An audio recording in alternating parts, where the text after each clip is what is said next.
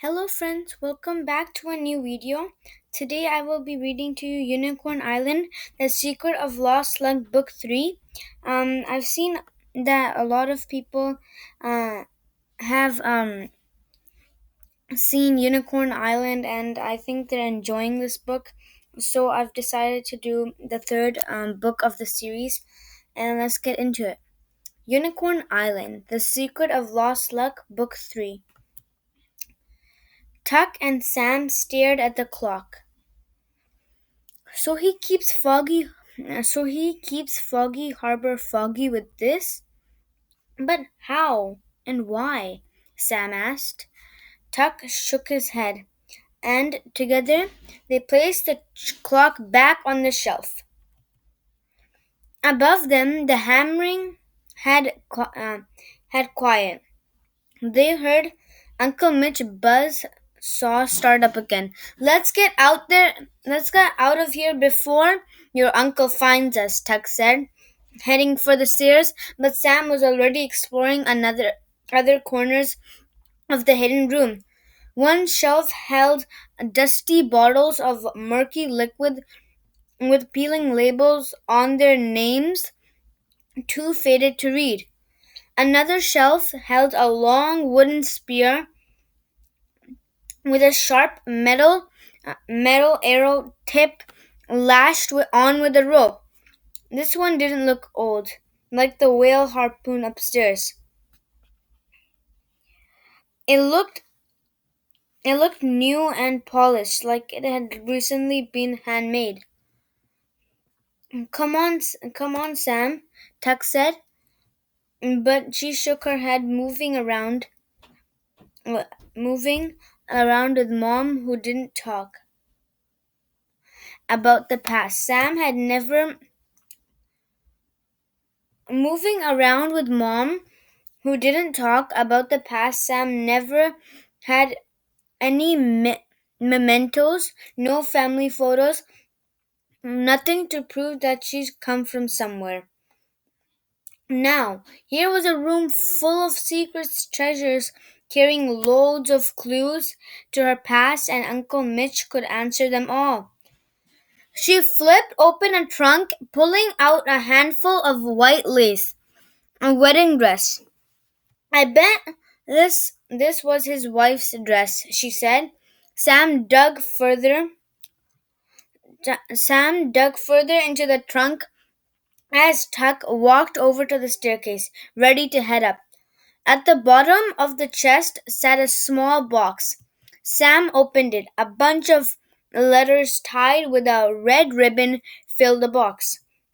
Tuck sighed and came over as Sam undid the ribbon. They unfolded the top letter together, and Sam read it out loud.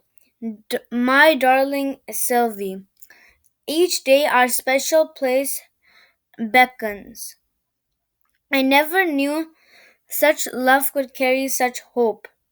When when we roam our wild magical island together, I want to stay forever. Now that you know the truth, we must protect this wondrous and terrible secret. I no longer suffer alone. It is now our burden, but it's made lighter through you. Always with love, Mitchell. Michael. Sam ran a finger over the crinkled paper, her chest bursting with emotion over over all that Uncle Mitch had lost. What island is he writing about, Tuck? There aren't any islands here. He said the nearest one is miles away. Sam fished around the bottom of the box for more clues and pulled out a creased photo of a woman wearing a wedding dress on a beach. Tall green trees and giant ferns swayed in the background. She clasped a bunch of sunflowers, tilting her head with a soft smile. Sam, you two have the same face, Tuck said. It was like looking at an older version of herself. The woman had the same upturned nose and large brown eyes. Apart from her long blonde hair, she looked just like Sam. Sam flipped the photo over. Across the back, someone had scrawled Sylvie Mardrock. Silence filled the hidden room. The buzz saw and the hammering had stopped. Sam froze. The a screen door slammed. She gripped the photo and quickly slid it into her shorts pocket. Feet stomped down the stairs. Uncle Mitch loomed over to her, blocking the light. "What are you doing?" he yelled, grabbing the letters from her hands. "We were just exploring," Sam said. Tuck hung his head. Uncle Mitch pointed at him. "You, Tucker Thompson, are a snoop? You investigated this, didn't you?" Tuck's head shot up. "No, I didn't, Mr. Mardrock." "Get out!" Uncle Mitch rose taller, his head nearly bumping the ceiling. "He didn't do anything," Sam shouted. He didn't want to come down here. I made him do it." Uncle Mitch pointed to the stairs. "Now!" His voice boomed in the small room. Tuck darted his eyes at Sam. Sorry, he mumbled and ran up the stairs. Her one new friend gone. Before she could say anything, Uncle Mitch turned to her, clutching the letters. "That boy's never to come in my house again."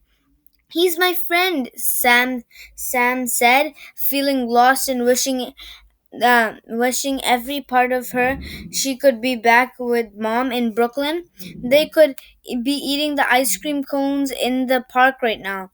Uncle Mitch turned away from her, set the letters on a shelf, and carefully tied the ribbon back around them. He he put the bundle of letters into the box and placed it in the trunk. He knelt and gently folded the wedding dress, placing it on top of the of the box of letters. He quietly closed the trunk, resting his hands on it. "What is this room?" Sam asked. "Why are all these things down here? And why do you have a Tomorrow we'll find somewhere else for you to go." Uncle Mitch's shoulders slumped. Sam tried another way. "I promise we won't come down here anymore. Can't I please have Tuck over and—" "No!" He banged a hand on the top of the trunk, his shoulders shaking. You can't stay. It's not safe." "Afraid I'll discover your secrets?" She asked. "Ditched again. You're the worst uncle ever." She bolted for the stairs, then looked back. "Mom was wrong all about you. You don't care about me at all." Sam reached at the top of the stairs and threw the trapdoor down. She ran upstairs to the attic and slammed the door, shaking the frame, then fell on the bed. She cried hard, rocking back and forth, and she let out all her anger spill out. When her sobs finally subsided, she rolled over and stared up at the ceiling. The photo she snuck upstairs and poked out from her pocket. She pulled it out and studied Uncle Mitch's dead wife, her aunt, who looked like her. "Mom rarely mentioned their relatives. I've lost most of my family. That's in the past and now I have you," she'd often say. "I need you, Mom." Sam crossed her fingers and turned on her phone. Finally a text. In Frankfurt. Rehearsals went well. Love you and miss you. Wish you were here. No, you don't. Or you don't have. You'd have a way. You'd have found a way to bring me with you. Sam said in the sea air that blew in. A salty breeze kissed her goodnight. She curled up under the covers, holding the photo of someone lost, feeling the exact same way. She cried herself to sleep, wishing the lonely way. Sam awoke to a full moon gazing down at her through the window. Her stomach rumbled. She'd gone to bed so early that she hadn't eaten dinner. The photo of Aunt Salvi lay beside her pillow. She slid it back into her pocket and listened to the old house creak and groan. She didn't hear Uncle Mitch moving around downstairs. Good, she thought. She checked the time on her phone. It was midnight. I'll sneak downstairs and grab some food and avoid him, she thought. As she sat up, she heard splashing of water. She tiptoed over and scanned the sea. More splashes filled the silence between lapping waves. Just offshore, a figure rowed a boat through the ocean, bobbing in and out and blowing mist. Sam recognized the tilt of the head and those who hunched over shoulders. And those who hunched over shoulders, Uncle Mitch.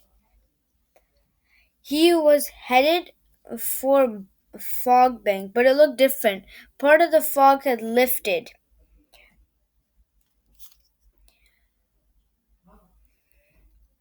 and a dark shape rose from the water where it had cleared.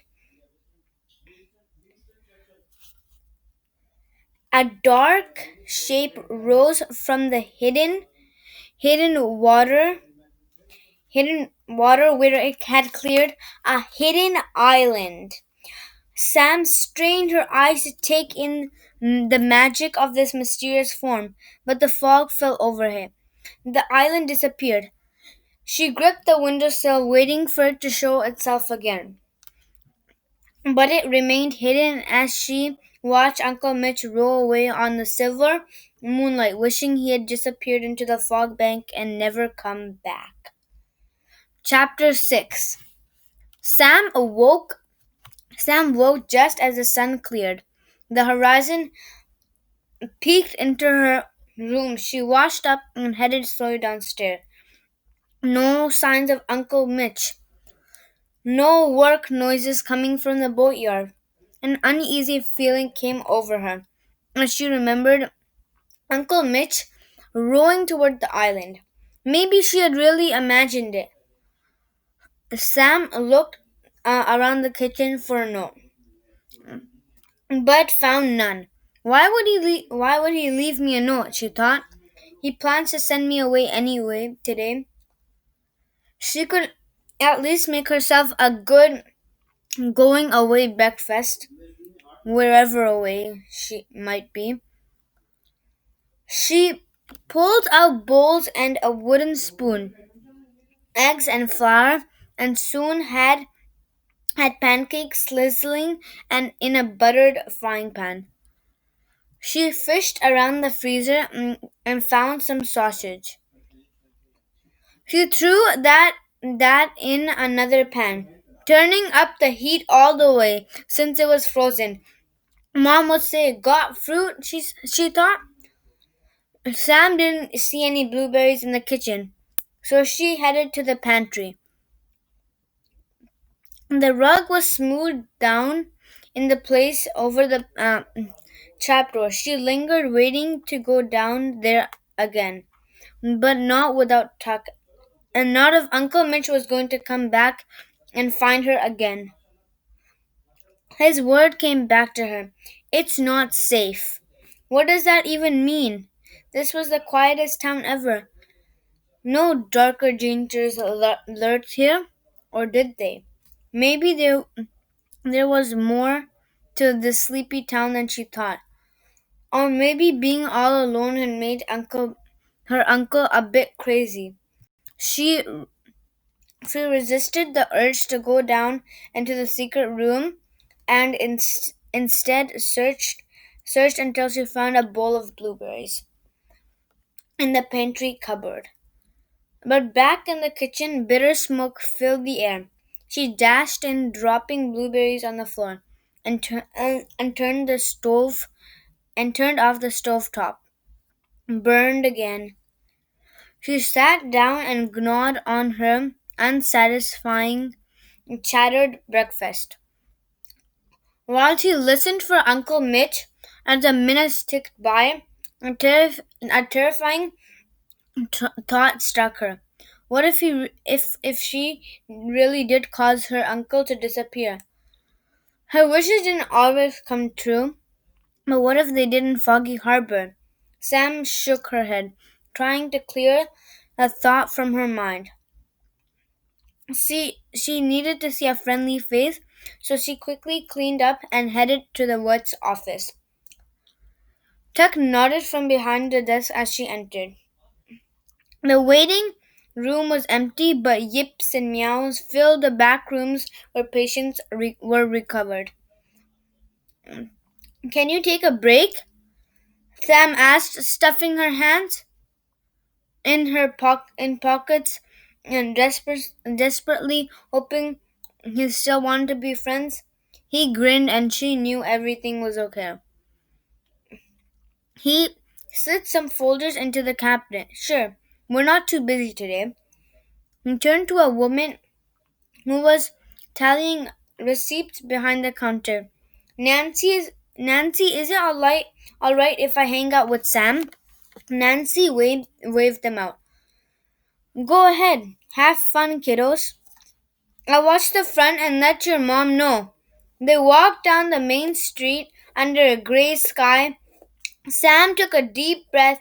I'm sorry the way that Uncle Mitch treated you. I bet he didn't mean it. Tuck laughed. It's okay. We shouldn't have been there down anyway. And according to Mom, he's always been crabby. She said it's because he lives alone like a hermit. He slowed. Well, that and because his wife disappeared. What happened? Sam asked. They turned to a corner next to the harbor. A gust of wind blew across the water, rocking the boats, and as mist drifted between them, Tuck stopped thinking about them. No one knows. She left the day and didn't return. There was an investigation, but they didn't find anything. My mom said if your uncle never got over her and locked himself away from the world. That's crazy, Sam said as they walked on. Yeah, maybe you should ask him what happened. I can't. She pulled him to a stop. Uncle Mitch disappeared too.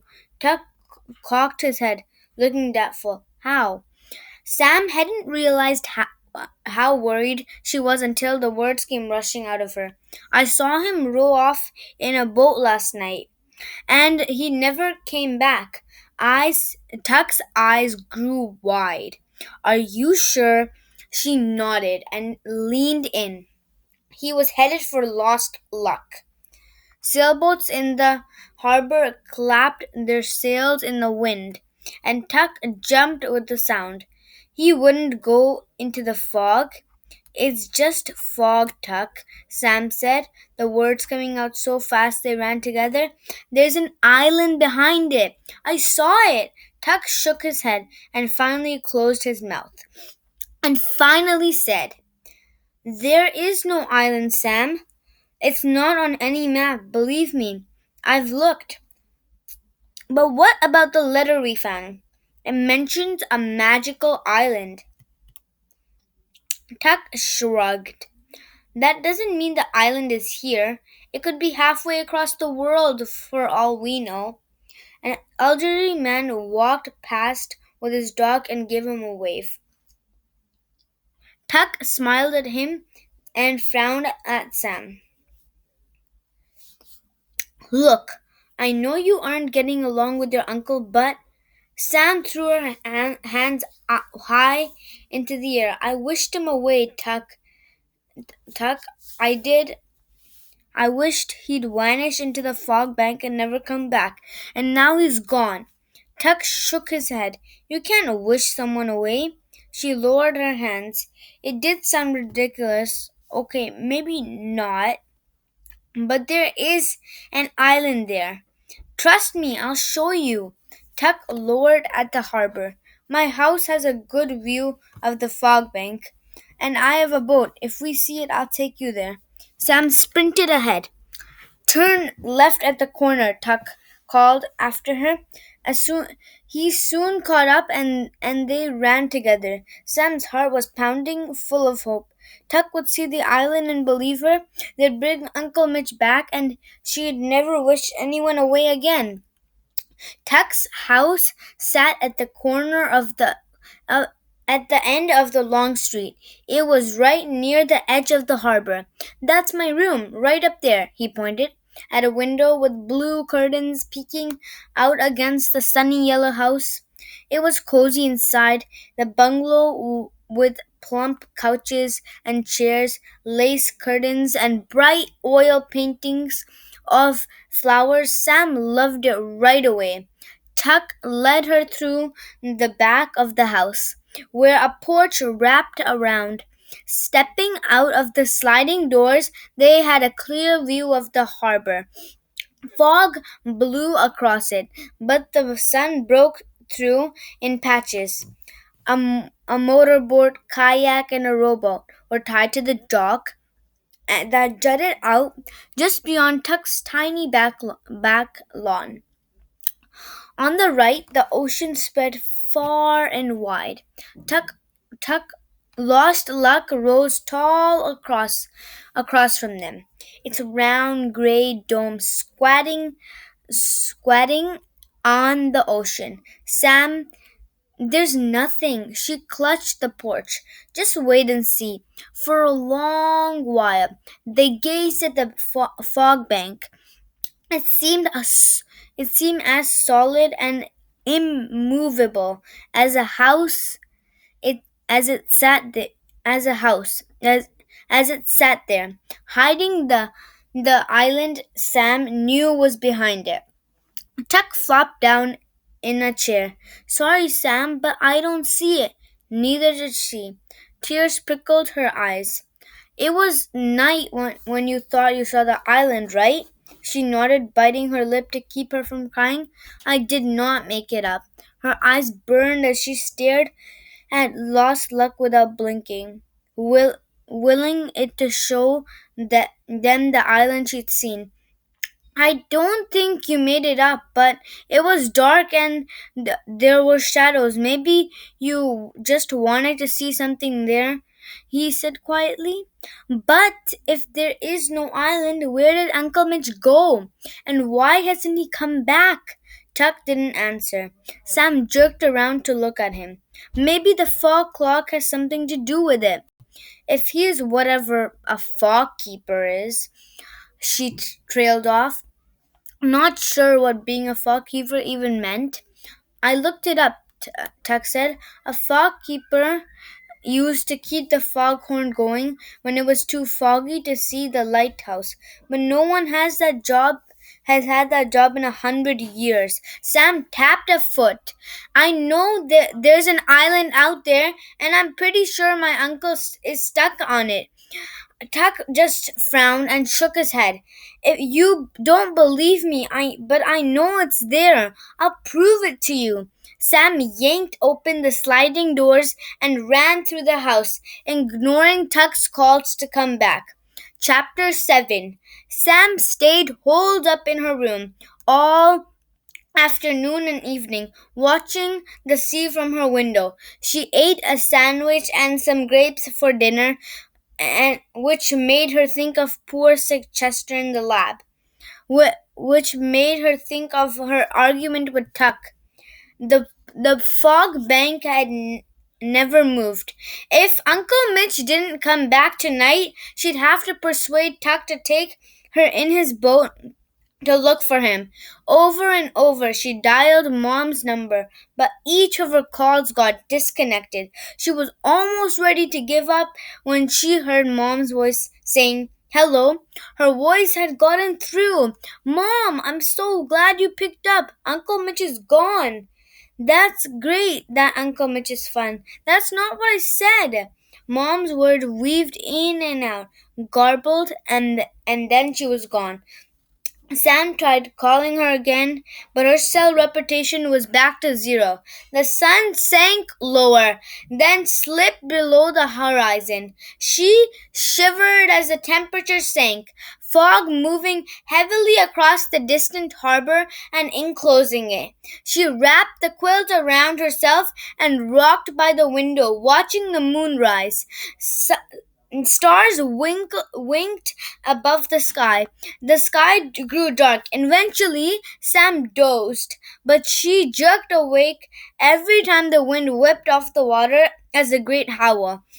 The old house groaned as branches from the oak trees lashed at it. The walls creaked inside. Sam stood up to stretch her aching back and looked out the window into the darkness. The fog bank is lifted. The island stabbed toward the sky. Dark and eerie, floating on the ocean, a mountain rose from the center, its ridges sloping downward toward the sea. Why would the island be visible now? Sam wondered when she had wanted Tuck to see it. The island had not appeared, and up until now, no one in Foggy Harbor had ever seen it. Two words floated in her head: fog clock. She ran down the stairs, opened the trapdoor, and grabbed the clock from its shelf, hidden in the room. The hands of its face showed the time at final number 24. The window below it was colored red, empty. What could that mean? Empty things could be trouble: a car with no gas, a water bottle, a stomach. She didn't know what empty meant, but she knew it could be something bad. And that could mean that was preventing Uncle Mitch from getting home. She placed the clock back on the shelf, scrambled up the stairs, winding stairs, and ran all the way to Tuck's house. The wind had settled, and the air was heavy and hushed. The only sounds of the darkened streets were singing crickets and the slap of her feet on the pavement. Tuck's house shone sunny yellow in the bright moonlight. Searching their driveway, Sam found a small piece of oyster shell and tossed it at his bedroom window. It hit with a clatter. Nothing. She found another and tossed it too. Tuck pushed up in his window. "What are you doing?" he whispered. The island appeared, Tuck." She jumped up and down. "Come see." Tuck rubbed his eyes, then nodded. "Meet me out back." She snuck through the gate, fidgeting until he quietly slid out onto the porch wearing jeans and t-shirt. He froze when he saw the island and stumbled toward the porch post, gripping it. "Wow, you were right, Sam." They gazed at it together. "It's huge," he said, "and it's been here the whole time." "I checked the fog clock," Sam said. "It's on empty." Tuck nodded slowly as Sam went on. "My uncle is the fog keeper. Then maybe without him here, the fog will disappear and the island won't stay hidden." Tuck tore his gaze from the island and looked toward her, his face lit with the moonlight. "But why does it need to be hidden?" "Because of whatever they were because of whatever well, because of whatever they were talking about in the letter. It said that Uncle Mitch and Sylvie must protect this wondrous and terrible secret." Tuck nodded fiercely, tapping his fingers on the post. "The island is a secret, and there's something on it that needs to stay hidden. Only he's stuck on it," Sam said. "We've got to help him. Come on." He grabbed her hand, and they ran down toward the dock.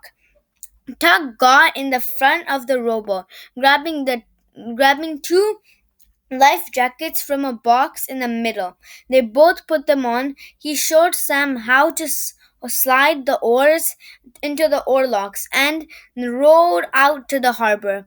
It took Sam a bit, but she finally got to the hang of rowing, and soon in the sink with the tuck. With each dip and splash of the oars, they moved closer to the island. The wind picked up as they got further from the harbor, and soon they were surrounded by the open sea.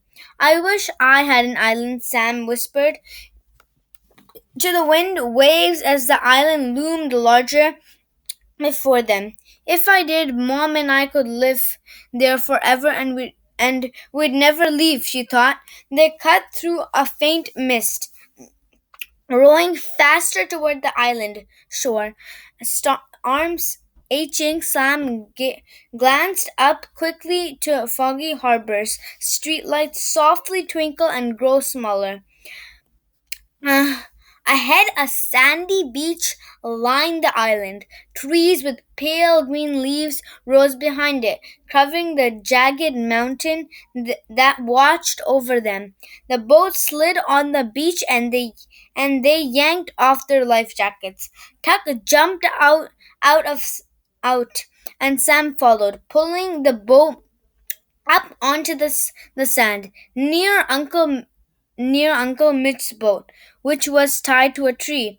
I don't have any rope, said Tuck, but it should be okay. Wind blew through the tall green trees. Fern with giant fronds waved, parting to reveal a path. This was the same beach where the photo of Aunt Sylvie was taken. That's where we go, Sam said, pointing at the path. She was already headed for the woods, and when Tuck pulled her back and pointed from over the mountain, a dark winged figure flew their way, its eyes fixed on them as it soared closer. With a whoosh, it circled around and pulled in its wings and sat down on the beach. A flying monster, Tuck said, yanking Sam back toward the boat, but she dragged her feet in the sand, unable to look away from the creature. Covered in gray scales, its long snout quivered as it twitched its pointy ears and flickered its long spine covered arrow tipped tail. Around its neck hung a silver necklace with a curl of white hair. The beast stomped its feet, flapped its wings, and tilted its head if, as if expecting if inspecting them. It's a dragon, Sam said, clutching Tuck back. The so called dragon stomped its feet again. We will be cheered to bits, Tuck whispered. The creature shook its head with a snort and shot out a great white blast from its mouth. It froze the ferns beside it, covering them in frost. I guess this dragon only freezes things, Sam said, taking a step forward. The creature puffed out its chest and glared at her as if wanting to correct her. Maybe he can help us find my Uncle Mitch. Upon hearing that, the creature stood taller and nodded. Can you take us to my uncle? Sam nodded at the magical creature and an ow. Ew. Not only did he exist, but he also seemed to understand her. The beach nodded again and showed its teeth zipping a tongue in and out. He's smiling at us, Sam said, or he's hungry and his dinner just showed up, Tuck whispered. Sam shook her head as the creature turned and headed for the path, walking on clawed feet and the tips of his wings. Come on! Sam ran after the creature, careful not to tread on its spiny tail. Tug groaned but quietly fell in beside her as they entered the woods. Lightning bugs, unlike any they'd seen before, glowed with a soft blue light darting above the ferns. Round red flowers bloomed to low the ground, while fragrant orange plants as tall as Sam grew along the path, glowing in shafts of moonbeams. Sam ran her fingers over the strange leaves as she trotted to keep up with the ice breathing beast. The creature stopped and tapped, tap, tap. tap tapped a wing to the ground with urgency, as to say, "Hurry up! You want don't want to annoy a dragon," Tuck said to Sam. The creature actually rolled its eyes at them, and and they ran faster. Soon the forest fell away and found themselves in a wide meadow at the foot of the mountain. In the distance, what appeared to be white horses roamed eating grass. "How did horses get on this island?" Tuck asked as they stepped on the meadow, the cool grass tickling their legs. Sam slowed and then stopped. "I don't know, but maybe they can help us," she said, staring at the creatures. Tuck froze beside her. What do you mean?" The creature motioned with its wings for them to follow him across the meadow and took off. Sam took Tuck's hand in hers. "We came here to find my uncle. The dragon seems to know him and is helping." They could too. In the distance, the white beast saw them and reared up, pawing the air. Tuck nodded, squeezing Sam's hand. They walked forward. The animals began to gallop around the meadow.